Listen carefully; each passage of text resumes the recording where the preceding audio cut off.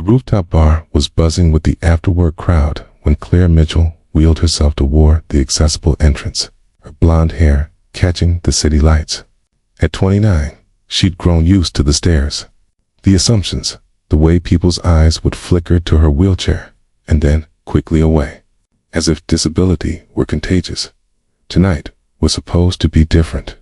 Her colleague, Amanda, from the marketing firm where Claire worked, had convinced her to attend a networking event, insisting that Claire needed to get out more, meet new people, expand her professional circle.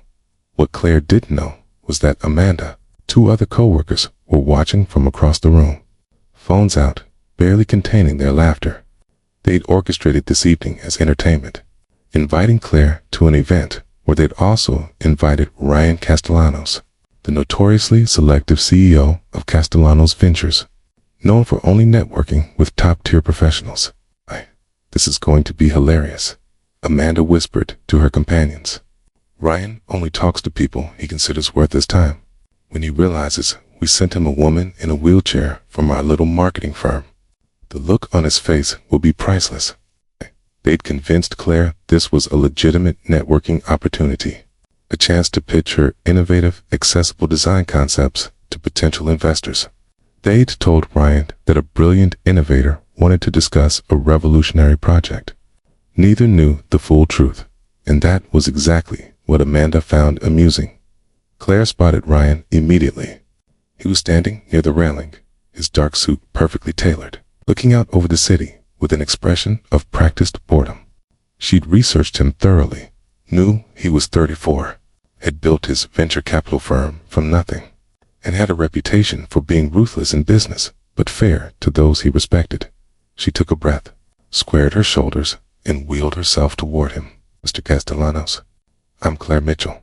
I believe we were both invited to discuss a potential collaboration. I turned, and Claire watched his expression carefully, waiting for the usual reactions: surprise, discomfort, the barely concealed pity. Instead, his eyes met hers directly, and he extended his hand with a genuine smile. Claire, pleasure to meet you. Please, call me Ryan. And I apologize, but I'm not sure what collaboration you're referring to. My assistant mentioned a networking event, but no specific meetings. Claire felt confusion wash over her. I was told you wanted to hear about accessible design innovations for urban spaces. That wasn't real. Ryan's expression shifted to concern. No, I'm afraid not. Though now I'm intrigued. Someone seems to have misled one or both of us. Would you like to sit and tell me what you thought this meeting was about? There was a small seating area nearby, and Claire positioned herself while Ryan pulled up a chair, sitting at her eye level, rather than standing over her. It was a small gesture, but one that told Claire he understood basic respect. I'm a designer specializing in accessibility, Claire explained, trying to mask her embarrassment at being set up. I've developed concepts for urban infrastructure that serves everyone, not just able-bodied people. Ramps that are architectural features rather than afterthoughts. Public spaces that accommodate mobility devices without segregating users. I thought someone had arranged for me to pitch these ideas to you. Ryan listened with genuine interest, asking thoughtful questions, making notes on his phone. Across the room, Amanda and her friends were growing confused. This wasn't going according to plan. Ryan wasn't looking uncomfortable or making excuses to leave. He was engaged, animated, leaning forward as Claire explained her vision. This is actually fascinating, Ryan said, after 20 minutes of conversation. I've been looking for innovative urban planning projects to invest in. Most of what I see is just more of the same. It's buildings and spaces designed for an imaginary average person that excludes huge segments of the population. Your approach is exactly what cities need. You're serious? Claire asked, still waiting for the other shoe to drop. Completely serious, Ryan confirmed. Claire, I don't know who set this up or why, but I'm grateful they did. Would you be willing to put together a formal presentation for me? I'd like to see detailed plans, cost analyses, potential pilot locations. If it's as strong as what you've described, I'd be interested in providing seed funding. Claire felt tears prick her eyes. That would be incredible. Thank you for taking me seriously. Why wouldn't I take you seriously? Ryan asked, genuinely puzzled. You're clearly brilliant. You've identified a real need, and you have innovative solutions. The fact that you use a wheelchair is irrelevant to your professional capabilities. You'd be surprised how many people don't see it that way, Claire said quietly. Ryan's expression darkened. Then those people are idiots who are missing out on exceptional talent because of their own prejudices. They talked for another hour, the conversation flowing naturally from business to personal topics. Ryan told her about building his company, about the pressure to only invest in sure things, and his desire to fund projects that actually mattered. Claire told him about her accident 5 years ago, about rebuilding her life and career, about refusing to let other people's limitations of her define what she could achieve. I was a dancer before, Claire said, surprising herself with the admission. She rarely talked about her past. Contemporary ballet. I was in a car accident, spinal injury. Everyone assumed my life was over, but I learned that I could still create, still contribute, still have impact. It just looks different than I thought it would. That takes incredible strength, Ryan said. Not just surviving trauma, but reimagining your entire future and building something meaningful from the pieces. That's the kind of resilience that makes great entrepreneurs. Across the room, Amanda was no longer laughing. She watched Ryan and Claire deep in conversation, saw the genuine connection forming, and felt shame beginning to creep in. This wasn't funny. It never had been. She'd used her colleague's disability as a punchline, assumed that Ryan would be uncomfortable, that Claire would be humiliated.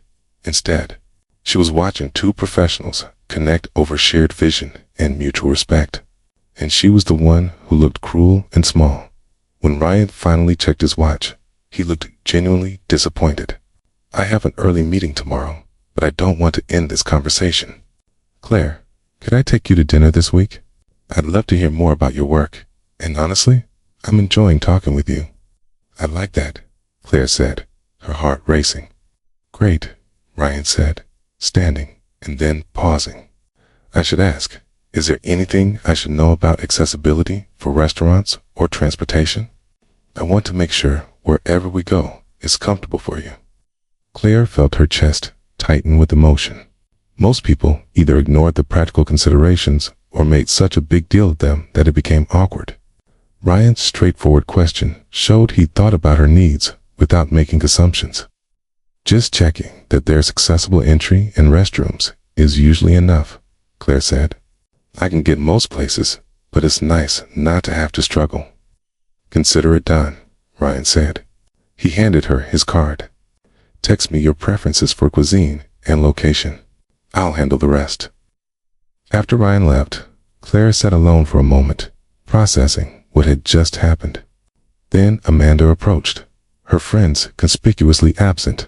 Claire, I need to tell you something, Amanda said, her voice thick with shame. The truth came out. The setup, the expectation of awkwardness, the plan to film Claire being dismissed or pitied by a high-powered CEO. Amanda's voice broke as she confessed. I don't know what I was thinking, Amanda said, crying now. I used your disability as a joke. I assumed Ryan would be uncomfortable, that you would be humiliated, and I thought it would be funny. I'm so ashamed. You have every right to hate me. Claire was quiet for a long moment, anger and hurt warring inside her. You're right. I do have every right to be angry. You used me for entertainment, Amanda. You reduced me to my wheelchair and assumed that's all anyone else would see too. I'm so sorry, Amanda whispered. Okay, but here's what you didn't count on. Claire continued, her voice stronger. You didn't count on Ryan being the kind of person who sees capability rather than disability. You didn't count on my work being genuinely valuable. You didn't count on basic human decency and professional respect. Your joke failed because your assumptions about how the world works were wrong. What are you going to do? Amanda asked. I'm going to forget you exist, Claire said simply. I'm going to pursue this opportunity with Ryan, build my business, and prove that people like you, people who can't see past their own prejudices, are going to be left behind. And Amanda, I hope you learn something from this. I hope you become the kind of person who lifts others up instead of using them as punchlines. Over the next few weeks, Claire developed her proposal for Ryan. They met several times, and each meeting confirmed what Claire had felt that first night. This was someone who truly saw her, not as a charity case, not as an inspiration, but as an equal, a professional, a person worthy of respect and interest. Their relationship shifted gradually from professional to personal. Dinner meetings extended into long conversations about life, dreams, fears. Ryan told her about his own struggles, about growing up poor and fighting for every opportunity, about the loneliness of success. Claire told him about the isolation of disability, about losing friends who couldn't handle her changed circumstances, about rebuilding identity from scratch. I think we understand each other, Ryan said, one evening, as they sat overlooking the city from the same rooftop where they'd met. We both know what it's like to be underestimated, to have people assume they know your limitations. And we both know what it's like to exceed every expectation. Is that why you're interested in me? Claire asked quietly. Because we have struggles in common. I'm interested in you because you're brilliant, passionate, funny, and you challenge me to be better, Ryan said. The fact that you use a wheelchair doesn't make you more or less interesting.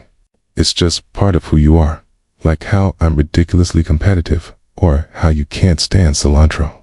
It's a characteristic, not your defining feature. Claire felt tears spring to her eyes. Do you know how rare that is? Most people either ignore my disability entirely, like if they pretend not to notice it, I'll feel more normal, or they make it the only thing about me that matters.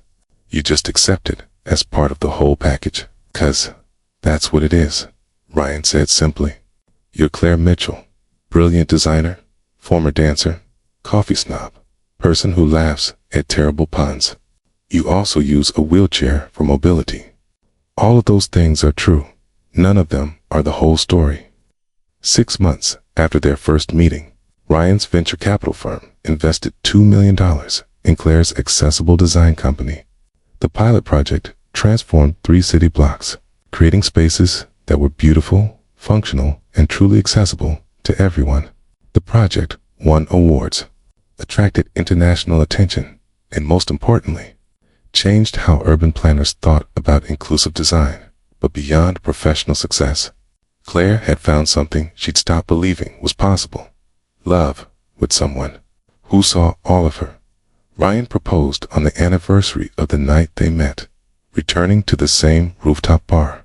A year ago, someone tried to use you as a joke, he said. They thought your disability made you less worthy of respect, less capable of success, less deserving of love. They were catastrophically wrong about all of it. Claire, you've changed my life, my business, and my entire perspective on what matters. Will you marry me? Yes, Claire said through happy tears. Absolutely yes. Their engagement made news, not because of Ryan's wealth or Claire's disability, but because their collaborative project was transforming cities. In interviews, they spoke honestly about accessibility, about challenging assumptions, about building relationships on respect rather than pity. When a reporter asked Ryan about Claire's wheelchair, he said firmly, Claire uses a wheelchair for mobility. That's a fact about her life, not a limitation on her capabilities or her worth. The story isn't that I fell in love with someone who has a disability. The story is that I fell in love with someone extraordinary who happens to use a wheelchair. If you can't see the difference, that's your limitation, not hers. Claire added, people like Amanda, the former colleague who set this up as a joke, they're operating from a place of deep ignorance. They can't imagine that disability doesn't equal inability. But every day, disabled people are doing extraordinary things while the world underestimates us. The joke was always on them. Amanda, who'd been fired from the marketing firm once her stunt became known, sent a letter to Claire before the wedding. "I know I don't deserve your forgiveness," she wrote, "but I need you to know that watching you succeed, watching Ryan see what I was too ignorant to see, has changed me. I've spent this year volunteering with disability advocacy groups, educating myself about the barriers I never noticed because I never had to. I can't undo what I did, but I can become someone who fights against the attitudes I once embodied. Thank you for showing me, through your grace and your success, what I was too small-minded to see." Claire showed the letter to Ryan. "What do you think?" "I think people can change if they're willing to do the work," Ryan said. "But forgiveness is yours to give or withhold. What she did was cruel." "It was cruel," Claire agreed. "But it also accidentally led me to you, to this business, to this life. I'm not grateful for her cruelty, but I'm grateful for where it led. So I forgive her, not because she deserves it, but because holding onto anger hurts me more than her." At their wedding, Claire walked down the aisle, not with a wheelchair, but with forearm crutches and leg braces, a mobility option she sometimes used for special occasions. The effort was enormous, the pain significant, but she'd wanted this moment. Halfway down the aisle, she stopped, breathing hard. Ryan immediately left his place at the altar and met her there in the middle of the aisle, offering his arm. "We'll finish together," he said quietly. "And if you need to use your chair, that's okay too. You have nothing to prove to anyone." "I wanted to do this," Claire said. "And you are doing it," Ryan replied. "On your terms, in your way, with support when you need it. That's strength, Claire. That's courage." They walked the rest of the way together, and when they reached the altar, Ryan helped Claire into her wheelchair, which was decorated with flowers and ribbons. She'd had it customized for the wedding, turning it into something beautiful rather than hiding it in her vows. Claire spoke about the night they met, about how cruelty had accidentally led to connection. "Someone tried to use my disability as a weapon," she said. "They thought it made me less than, that it would be funny to watch someone important dismiss me because of my wheelchair. Instead, I met someone who saw my capability, my value, my humanity. Ryan, you didn't save me or inspire me or any of the other condescending things people say about relationships involving disability. You simply respected me, and that changed everything." Ryan's vows were equally powerful. "Claire, you taught me that the way we treat people who are different reveals everything about our character. You showed me that true innovation comes from understanding diverse needs. But most of all, you showed me what it means to be resilient, to rebuild your life after devastating loss, to refuse to let other people's limitations of you define your possibilities. I love you for who you are, all of who you are, and I'm honored to build a life with you." Years later, their company had expanded internationally. Their accessible design principles had been adopted by cities worldwide, and they'd welcomed a daughter who grew up understanding that different wasn't less, that accommodation wasn't special treatment, and that her mother's wheelchair was as ordinary as her father's glasses. When Claire spoke at conferences about disability and design, she'd often tell the story of that first meeting, of being set up as a joke and finding love and respect instead. "I could be bitter about what Amanda did," Claire would say. "She tried to humiliate me, to use my disability as entertainment. But her cruelty revealed something important. The people who see disability as a punchline are announcing their own limitations, not ours." Ryan didn't see my wheelchair and think less of me. He saw my ideas, my passion, my capability. That says everything about who he is and nothing about who I am, except that I was smart enough to recognize his worth. She'd pause, looking out at her audience. "So to every person with a disability who's been underestimated, dismissed, or used as someone's joke, their failure to see your value is not evidence of your lack of value. It's evidence of their lack of vision. Find the people who see you, who respect you. Recognize that accommodation isn't special treatment, but basic human decency. Those are your people. The rest are just background noise. And in the audience, sometimes there will be people who wept, recognizing their own stories in hers, finding hope in the knowledge that being underestimated didn't mean being defeated. That dignity was inherent, not granted. That love was possible, not despite disability, but including it as one small part of a whole, complex, beautiful human being. If this story moved you, please like, share, and subscribe for more tales of dignity, respect, and love that sees people rather than limitations. Leave a comment about times when you or someone you know was underestimated and proved everyone wrong. Or about learning to see capability in unexpected places. Share your thoughts on how we can all be more respectful, more aware of our own biases, more willing to see people as whole human beings rather than their most visible characteristics. Remember, accommodation isn't special treatment. Respect isn't inspiration. And seeing someone's humanity isn't heroic. It's the bare minimum we owe each other.